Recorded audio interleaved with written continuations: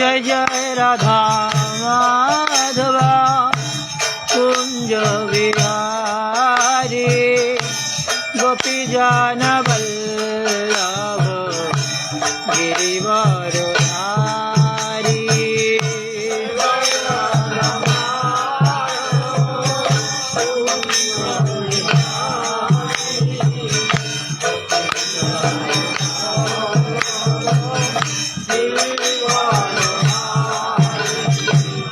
हरे कृष्णा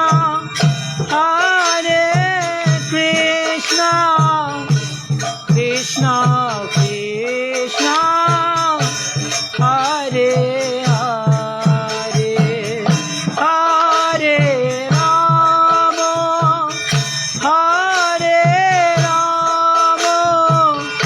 राम राम हरे हरे हरे कृष्णा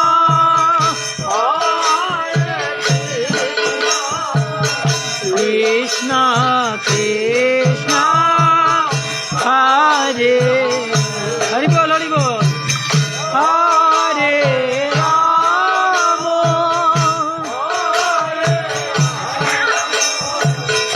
राम राम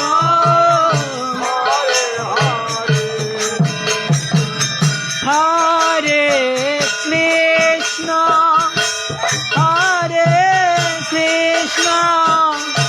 कृष्णा कृष्णा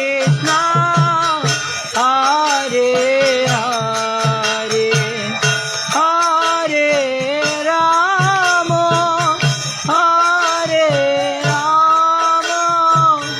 राम राम हरे हरे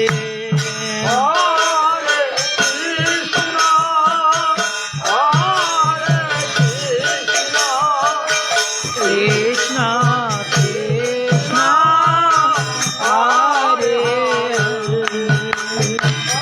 हरे राम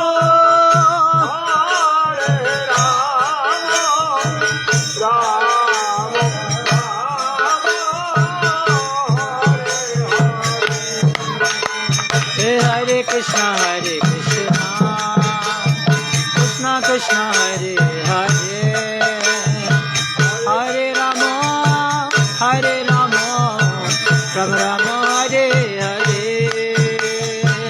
हरे कृष्णा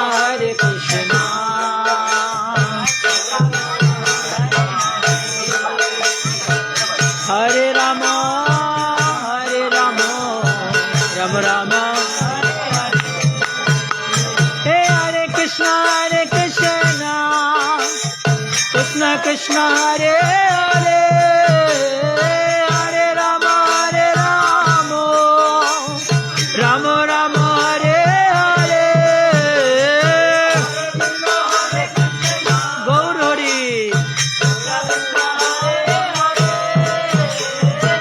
हरे राम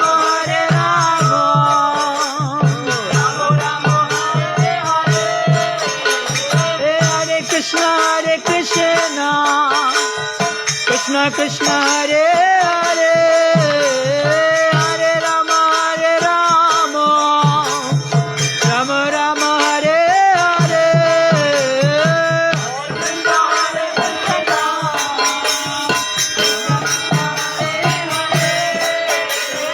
हरे राम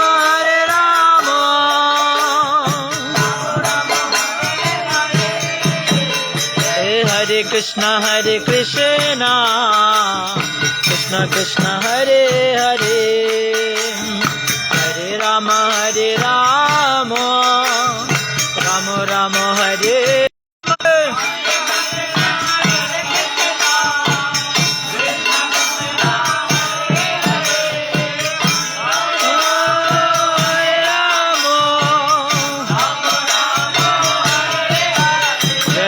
राधा माधव जय राधा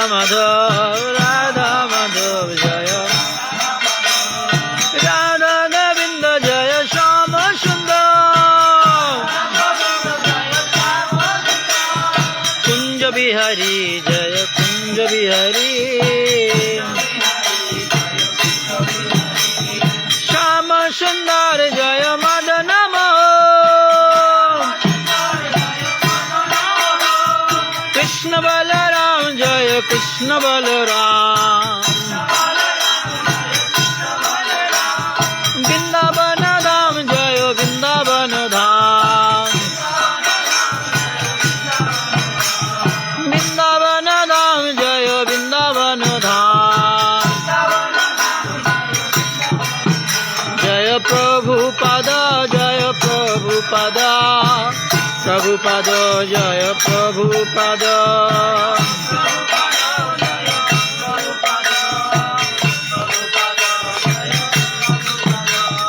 गुरुदेव जय गुरुदेव वैष्णव ठाकुर जय वैष्णव ठाकुर निताई गौर हरि बोल हरि बोल हरि बोल हरि बोल निताई गौर हरि बोल हरि बोल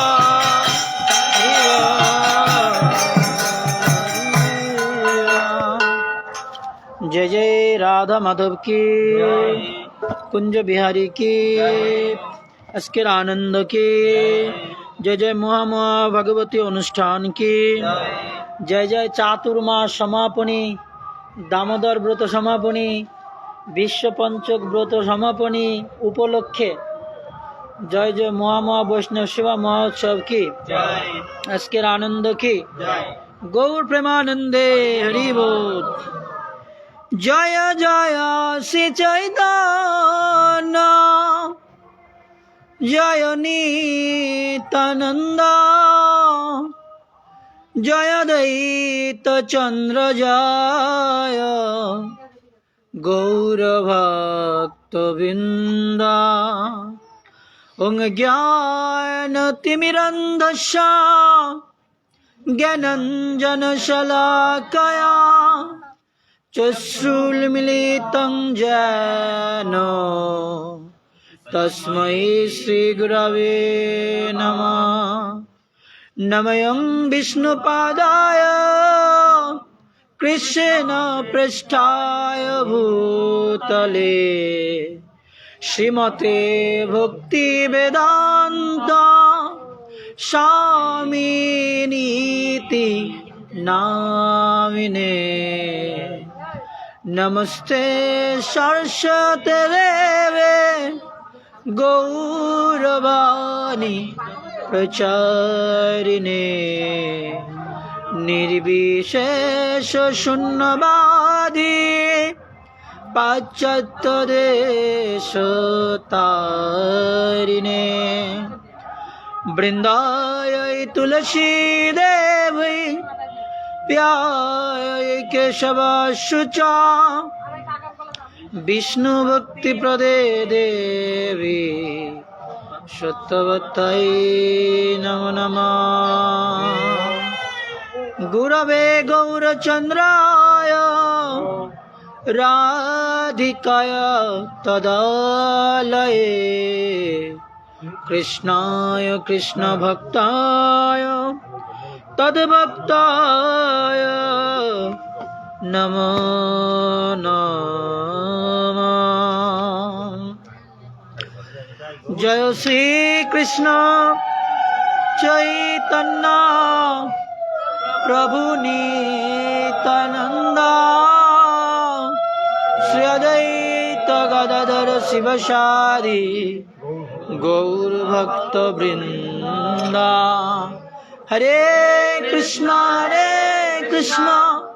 कृष्ण कृष्ण हरे हरे हरे राम राम राम हरे हरे हरे कृष्ण कृष्ण कृष्ण हरे हरे हरे राम राम राम हरे हरे हरे कृष्ण कृष्ण कृष्ण हरे हरे হরে রাম হরে রাম রাম রাম হরে হরে নারায়ণং নমস্কৃত্য নরং চৈব নরোত্তমং দেবী সরস্বতী ব্যাসং ততো জয়মুদীরয়ে নষ্টপ্রায়েষু অভদ্রেষু নিত্যং ভগবত সেবয়া ভগবতে উত্তম শ্লোকে ভক্তির্ভবতি নষ্টকে যস্য প্রসাদাৎ ভগবৎ প্রসাদ যস্য প্রসাদেন গতি কুতয়োপি ধয়স্তু বন্ধস্তু যশাস্ত্রী সন্দায় বন্দে গুরুশ্রী চরণার বৃন্দা ওম নমঃ ভগবতে বাসুদেবায় ওম নমঃ ভগবতে বাসুদেবায় ওম নমঃ ভগবতে বাসুদেবায়। হে প্রাণনাথ, হে গোবিন্দ, হে গোপাল, আমার হাজারো অপরাধ, হাজারো অন্যায় আমি নিজে না চাইতেও আমার পাপ হয়ে যায়। এই পৃথিবীতে যত পাপী আছে তার ভিতর আমি সর্বশ্রেষ্ঠ পাপী। যদিও আমি সর্বশ্রেষ্ঠ ভক্ত হতে পারিনি, তথাপিও আমি তোমার সর্বশ্রেষ্ঠ যত পাপী আছে তাদের ভিতর আমি সব থেকে শ্রেষ্ঠ পাপী। মোর সময় অপরাধী ত্রিভুবনে নাই, নিজ গুণে কৃপা কর বৈষ্ণব গোসাই। আমার মতো পাপী আর দ্বিতীয়টা নেই। সবাই এই জগতে শ্রেষ্ঠ হওয়ার চেষ্টা করে, কিন্তু আমি না চাইতেও মহা অপরাধী। আমি প্রভু তোমার সেবাতে অপরাধ করি, তোমার হরিকথা শ্রবণে অপরাধ করি, তোমার ভক্তদের চরণে অপরাধ করি। আমার অপরাধ ছাড়া আর কিছুই নেই। আমার যে একটা হিসাবের খাতা আছে সেখানে শুধু কি অপরাধ আর অপরাধ, অপরাধ ছাড়া আর কিচ্ছু নেই। তথাপিও প্রাণনাথ, আমি শুনেছি সাধুদের মুখে, বৈষ্ণবের মুখে, যে তোমাকে যদি লাভ করতে হয় তাহলে কি সকল অপরাধ থাকা সত্ত্বেও যেন আমার বাসনা জাগে যে আমি গৌর গোবিন্দকে লাভ করার এই বাসনা আমার কি জেগেছে। কেন? কাদের মুখ থেকে শুনে? ভক্তদের মুখ থেকে শুনিয়াছি সাধু মুখে, বলে সর্বজনা শ্রী গুরু বৈষ্ণব কৃপাতে মেলে যুগল চরণা। দেখুন আচার্যরা কি বলছে, শুনিয়াছি সাধু মুখে বলে সর্বজনা শ্রী গুরু বৈষ্ণব কৃপাতে মেলে যুগল চরণ। এখন আমরা এত কিছু শ্রবণ করি, সাধুরা বলছে বারবার, তা আমরা সেটা মান্য করি না। আমরা ভাবি কি, আমরা নামযজ্ঞ শুনতে গেলে হয়তো আমাদের অনেক ভক্তি লাভ হবে, অনেক আমরা কৃপা পাবো, ঠিক আছে, নামযজ্ঞ কি করি, সামনে যেয়ে বসি। কিন্তু আসলে আমাদের শাস্ত্রে কি বলছে, যে এই যে নামযজ্ঞ, এই যে তথাকথিত নামযজ্ঞ হয়, এই নামযজ্ঞ শ্রবণ করতে গেলে কি হবে, আপনার ভক্তি আরো মাইনাস হয়ে যাবে, আপনার ভক্তি কি হবে, কমে যাবে। কারণ এই যে নামযজ্ঞ, এখানে হচ্ছে নাম অপরাধ হয়। কি হয়? নাম বলে পাপাচরণ। ওরা জানে যে আমরা অপরাধ করতেছি, তারপরে ওরা এই নাম কি করে, কীর্তন করে, নাম বলে পাপ আচরণ করে। কিন্তু শাস্ত্রে কি বলছে, সাধু মুখে শুনিয়াছি, সাধু মুখে বলে সর্বজনা শ্রীগুরু বৈষ্ণব কৃপাতে মেলে যুগল চরণ। বুঝেছেন? এখনো পর্যন্ত 1000 বছর ধরে এই নামযজ্ঞ অনুষ্ঠান হচ্ছে। এই নামযজ্ঞ শুনে কারো এখনো কল্যাণ হয় নাই। বুঝেছেন? কারো এই জগতে কারো এখনো কোনো কল্যাণ হয় নাই এই নামযজ্ঞ শ্রবণ করে। কিভাবে কল্যাণ হয়েছে? যদি কোনো শুদ্ধ ভক্তের কৃপা যদি কেউ পেয়েছে, শুনিয়াছি সাধু মুখে বলে সর্বজনা, শ্রীগুরু বৈষ্ণব কৃপাতে মেলে যুগল চরণ। সাধুগুরু বৈষ্ণবের কৃপা ছাড়া কোনোদিনও আমাদের কোনো কল্যাণ হতে পারে না, আর কারো হয়ই নাই। এমন কোনো হিস্টোরি নাই যে ও নাম যজ্ঞ শুনতে শুনতে প্রসাদভোজী হয়ে গেছে। যদি এরকম একজন পান, এরকম যদি একজন খুঁজে পান, তাহলে আমার নামে 2টা কুত্তা বসবেন। আমার নামে 2টা কুত্তা বসবেন, একটার নাম রাখবেন রথিন আর একটার নাম রাখবেন বলরাম। দুইজনকে সকালবেলা ডাকবেন, এই রথিন এদিকে আয়, এই বলরাম এদিকে আয়। কোনো হিস্ট্রি নেই, 1000 বছরের হিস্ট্রিতেও এরকম নেই যে কেউ নামযজ্ঞ শুনে এই সাধুসঙ্গ করতেছে, প্রসাদভোজী হয়েছে, সদ্গুরু চরণে আশ্রয় গ্রহণ করেছে। এরকম নেই, এরকম হিস্ট্রি নেই। শুধুমাত্র আমাদের সময়ের নষ্ট করা হচ্ছে। আমরা আমাদের বাড়ির পাশে আরশিনগর রয়েছে, আমরা সেই আরশিনগরে গিয়ে ভগবানের কথা শোনার সময় নেই, আমরা বাগেরহাট, ফরিদপুর, রাজশাহী চলে যাচ্ছি। কি জন্য? নামযজ্ঞ শুনতে। বুঝেছেন? আমরা শুনতে চলে যাচ্ছি। এর ফলে কি হচ্ছে? আমাদের শুধু সময় নষ্ট হচ্ছে, আর কিছু হচ্ছে না। বুঝেছেন? এই জন্য আমরা তো বলছি আপনাদের, তারপরে আপনারা শুনছেন না। আপনারা কি করছেন? আপনারা এই অপরাধে কি হচ্ছেন? যুক্ত হয়ে যাচ্ছেন। এই যে আমি সাধুদের বলে বলে এই নামযজ্ঞে পুরোহিত্য করা বন্ধ করাইছি অনেকরে। আর আরেকটা আমার আন্দোলন হবে, এই নামযজ্ঞের অধিবাসে যেন কোনো সাধু ভাগবত পাঠ না দিতে যায়। এখন থেকে আমার আন্দোলন হবে এইটা। এটাও শাস্ত্র বিরুদ্ধ। ভক্তিবিনোদ ঠাকুর বলেছেন যে এই যে ভগবানের কথা বলে অর্থ উপার্জন করে চলে আসা, তাদের কোনো কল্যাণ হয় না। এটা হচ্ছে ব্যবসা।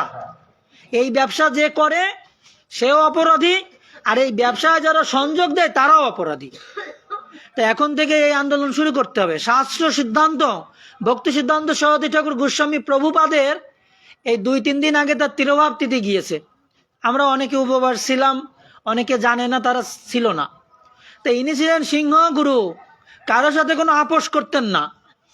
64 বেলা জব করবে তো দীক্ষা পাবা, না হলে দীক্ষা দিত না। এত বড় পাওয়ারফুল লোক ছিল যে 1 লক্ষ নাম যদি তুমি জব করতে পারো, তুমি এসো আমার কাছে, তোমাকে আমি দীক্ষা দেবো, না হলে দরকার নেই। আর বর্তমান গুরুদেবরা এত দয়ালু, মাছ খাক, আরে বাবা আয় তোর কানে ফু দিয়ে দি, গায়ত্রী দিয়ে দি। ভক্তি সিদ্ধান্ত সরস্বতী ঠাকুর কি করতো? 64 মালা জব করবা, প্রসাদভোজী হবা, দীক্ষা নিতে হলে এসো, না হলে যাও। তোমার মতো গুরুদেব আমার লাগবে না, শিষ্য লাগবে না। আর আমার অত বড় দয়ালু গুরুদেবও হওয়ার দরকার নেই। মহাপ্রভুর নির্দেশিত পন্থায় আমাদের চলতে হবে। তো এই ভাগবত, এই অধিবাসে ভাগবত পাঠ, এটাও বন্ধ করাতে হবে এখন থেকে। বিশালভাবে বিদ্রোহ। এটা ভক্তি সিদ্ধান্ত সরস্বতী ঠাকুর একেবারে না করে দিয়েছে যে এটা কি হয়, এটা অপরাধ হয়, ব্যবসা হয়। আমি এই যে ভাগবত পাঠ দিতে যাচ্ছি, আমি কোনো পাঠের প্রণামী নিচ্ছি না, কিন্তু গাড়ি ভাড়া 5000 আমার দেওয়া লাগতেছে। বুঝছেন? মানে শাক দিয়ে মাছ ঢাকা হচ্ছে। আমি কোনো প্রণামী নিচ্ছি না, যে আমার ভাগবত পাঠ যদি আমি করি আমাকে কোনো টাকা দেওয়া লাগবে না, কিন্তু আমি যে যানবাহনে যাচ্ছি তে 5000, 6000, 10,000 টাকা দেওয়া লাগতেছে। এটাকে বলে কি? শাক দিয়ে মাছ ঢাকা হচ্ছে। ওই মূলত জিনিসটা ওইটা। আপনি গাড়ি ভাড়া দেবেন না, দেই কোনো পাঠক আসে নাকি?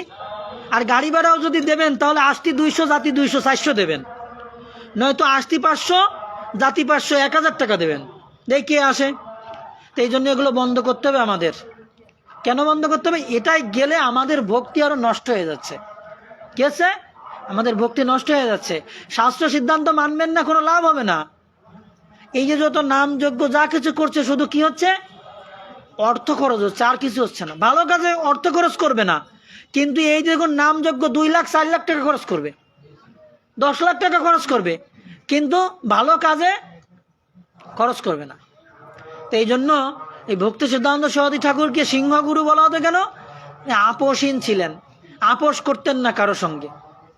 তুমি মাছ ত্যাগ করবা, প্রসাদভোজী হবা, হরিনাম জপ করবা 16 মালা, তুমি আসো আমার কাছে দীক্ষা নিতে এসো। বুঝছেন? তা আমাদের এগুলো বন্ধ করতে হবে। আমাদের সঠিক ভক্তি কিসে আমাদের লাভ হবে, এটা আমাদের কি করতে হবে? দেখতে হবে। আমাদের বাড়ির পাশে আমরা একটু না মরতে যদি আসি তাও কিন্তু আমরা সাধুসঙ্গ করার সুযোগ পাচ্ছি। আমরা যদি একটু ভাগবত অনুষ্ঠানে যাই তাও আমরা সাধুসঙ্গ করার সুযোগ পাচ্ছি কিনা, কিন্তু আমরা তা যাব না। আমরা টাকা খরচ করব, ইজি বাইক ভাড়া 1000 টাকা দেব, বাগেরহাট যাব, ফরিদপুর যাব, বেতাগা যাব, রামপাল যাব, কিন্তু ফকিরহাট যেখানে 2 মিনিট হাঁটিয়ে আসলে সাধুসঙ্গ হবে সেখানে আমরা সাধুসঙ্গ করব না। কেন? আরে ওই প্রভু কি বলে প্রত্যেকদিন একই কথা, ও কি শুনবো, ঠিক না? তা আমাদের যদি এরকম মনোভাব হয়, আপনি যদি 1000 কিলোমিটারও যান সাধুসঙ্গ করতে, কোনো লাভ হবে না, বুঝেছেন? কথাটা শুনতে যদি একটু মনে হচ্ছে এটা সত্য কথা, শাস্ত্রের কথা, বুঝেছেন? এটা কিসের কথা? শাস্ত্রের কথা। এই জন্য আমাদের সঠিকভাবে সাধুসঙ্গ করতে হবে। আমাদের এই সাধুসঙ্গ করার ফল আমাদের কি করতে হবে? লাভ করতে হবে। আজকে এই সাধুসঙ্গ বৈষ্ণব সেবার উদ্দেশ্য কি? খাওয়া দাওয়া, আর কিছু না। ভালো রান্না বাড়া হবে, রান্না হয়েছে কিনা 2টা বাজে খাইতে দিতে হবে, এই। কিন্তু প্রকৃত আমাদের যে উদ্দেশ্য, এটা আমরা কি বাস্তবায়ন করছি না, বুঝছেন? এই জন্য আমরা নিজেদেরকে কি বলে অনেক বড় মনে করি। আমি অমুক সংঘের সভাপতি, আমি অমুক সংঘের সাধারণ সম্পাদক, আমার একটা মান সম্মান আছে, আর 10 জনের সাথে আমার নামযজ্ঞ শুনতে না গেলে আমার মান সম্মান থাকবে না, আমি সভাপতি থাকতে পারবো না, আমি সাধারণ সম্পাদক থাকতে পারবো না। আরে ভাই, এই মান সম্মানের জন্য তো আপনি আপনার মূলধন হারাচ্ছেন। আপনার যে মূলধন সেটা তো আপনি হারাচ্ছেন। বলছে কি? সাধু সঙ্গে হরিনাম এই মাত্র চাই। সাধু সঙ্গে হরিনাম করতে হবে, সাধু সঙ্গে ভাগবত কথা শুনতে যেতে হবে। আমি এটা বলছি না যে আমি একমাত্রই সাধু, আর কেউ সাধু নেই, আমরা অন্য জায়গায় যেতে পারবো না, এটা আমি বলছি না। আমি কোনটা বলছি? যে আমাদের ছোটটাকে আগে মূল্যায়ন করতে হবে। ছোটটাকে মূল্যায়ন করতে করতে করতে করতে আমরা না উপরে যাব, ঠিক কিনা? আচ্ছা, কেউ কি একদিনে 1 লক্ষ মালা জপ করতে পারবে?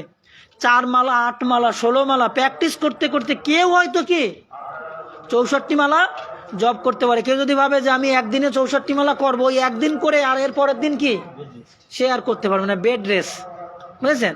কি হবে? Bed race. তা আমরা একবার হরিনাম করব আমাদের রামের মার জন্য। আমাদের রামের মা আজকে আমাদের মাঝে এসেছে, তা সবাই আমরা একবার তার মাতাদের জন্য হরিনাম করবো। হরে কৃষ্ণ কৃষ্ণ কৃষ্ণ হরে হরে, হরে রাম রাম রাম হরে হরে। তা যাও, এই পৃথিবীতে যা কিছু হচ্ছে সব ভগবানের ইচ্ছায় হচ্ছে, ভগবত ইচ্ছায়। কেন হচ্ছে?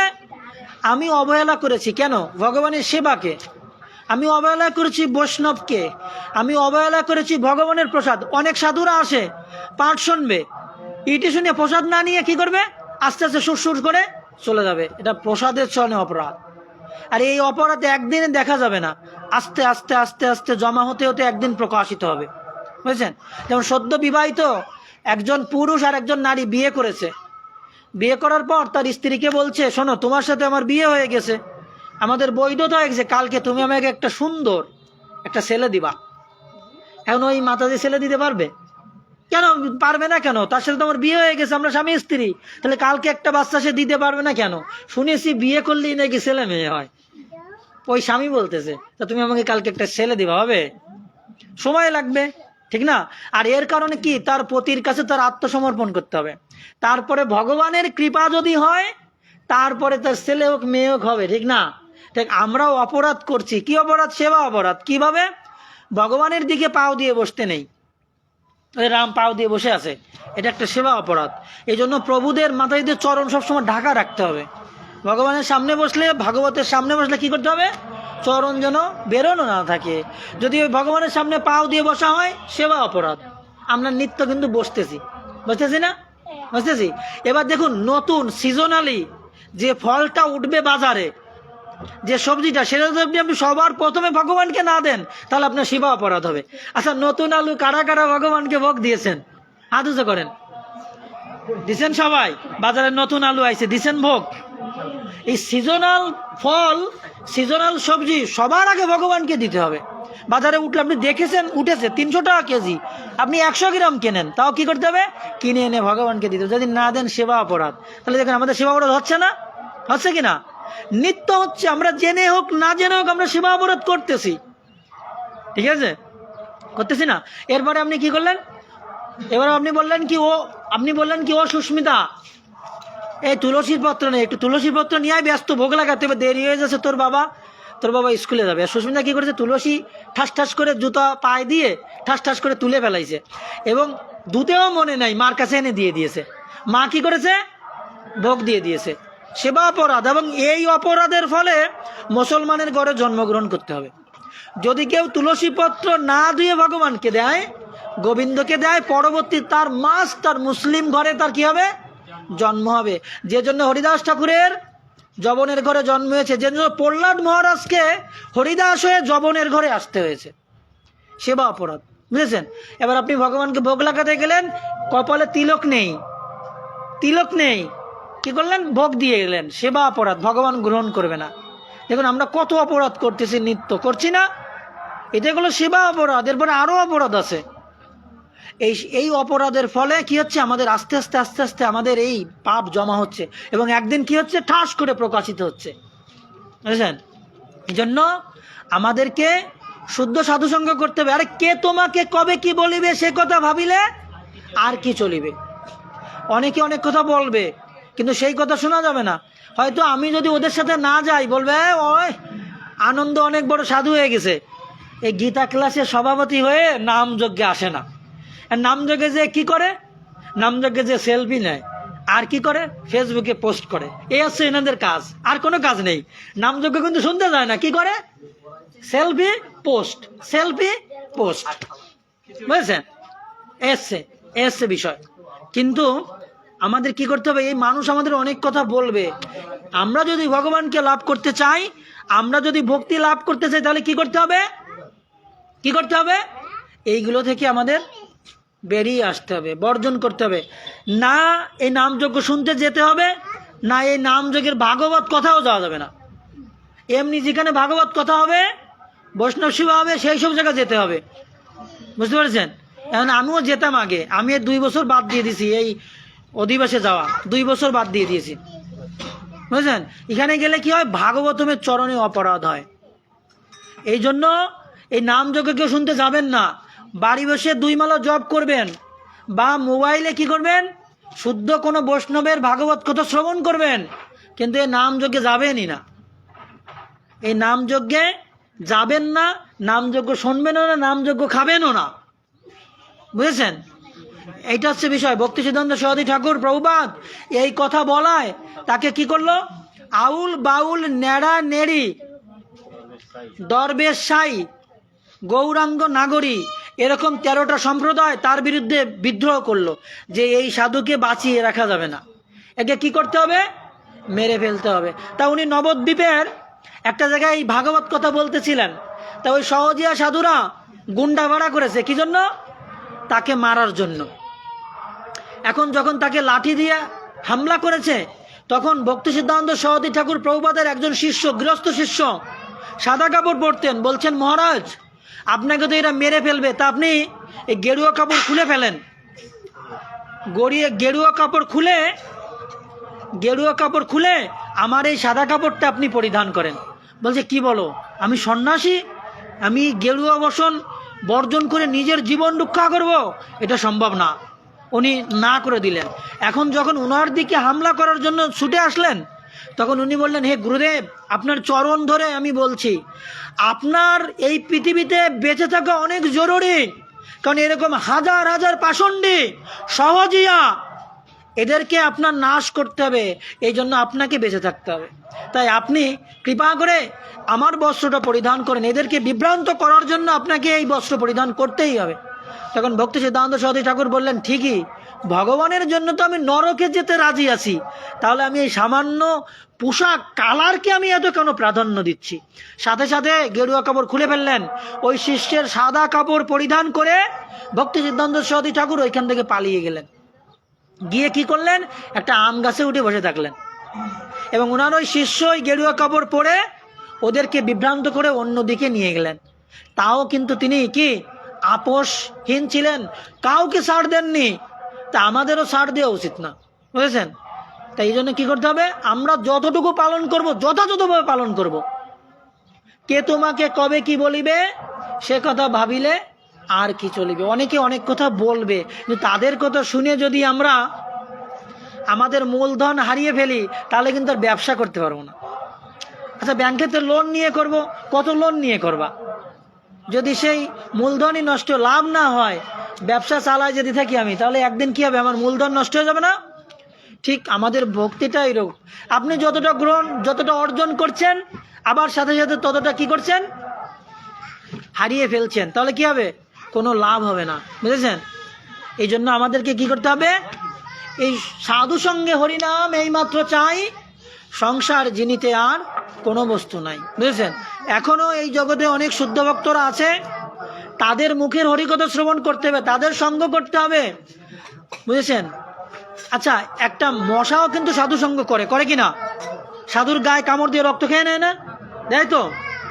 এখন আপনি যদি ভাবেন যে অমুক জায়গায় একজন অনেক দূরে অনেক সাধু আসছে, ওনার কাছে আমি যাব, যে কি করব, দূরে বসবো না, একদম সামনে যেয়ে বসবো, একদম সামনে কাছে কাছে যেয়ে বসবো। কেন?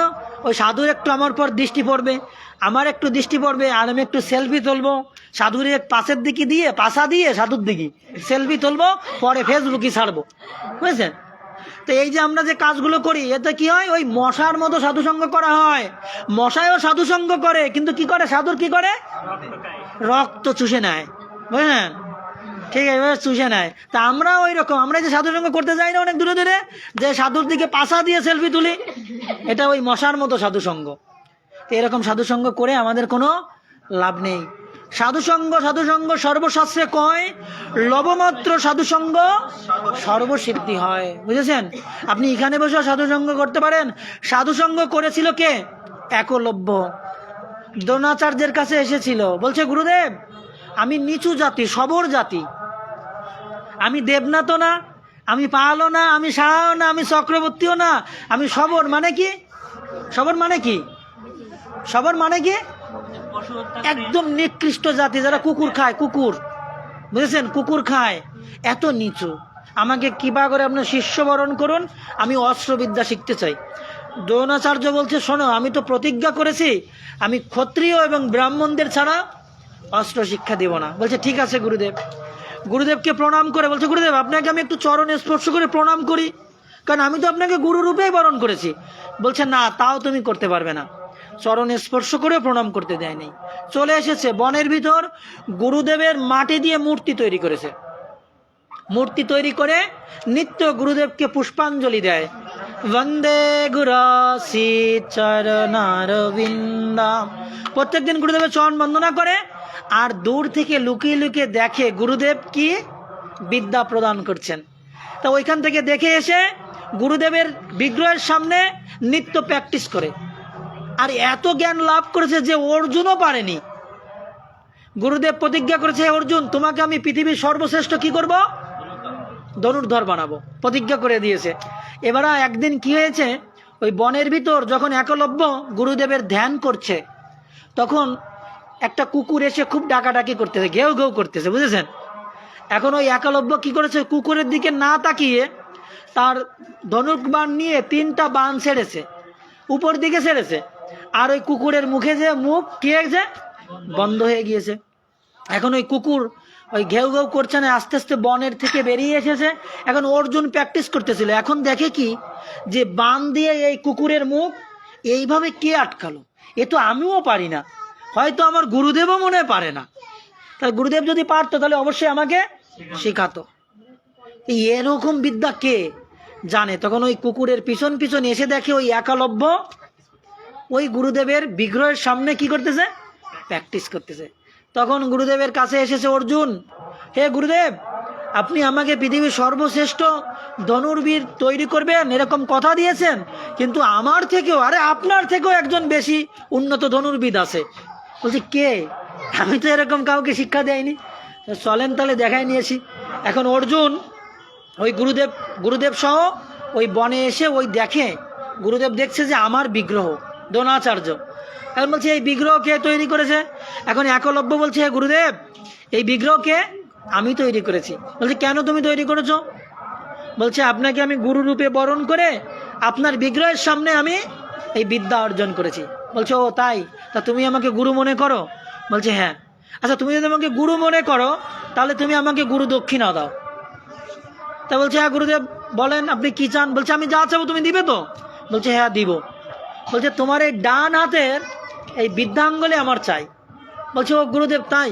গুরুদেব আমার জীবন ধন্য যে আমি আপনাকে এই গুরুদক্ষিণা দিতে পারবো। সাথে সাথে কি বলেছে, এদিক ওদিক না তাকিয়ে কি করেছে, এদিক ওদিক না তাকিয়ে কি করেছে, আঙুল কেটে ফেলেছে, দিয়ে গুরুদেবের হাতে অর্পণ করে দিয়েছে।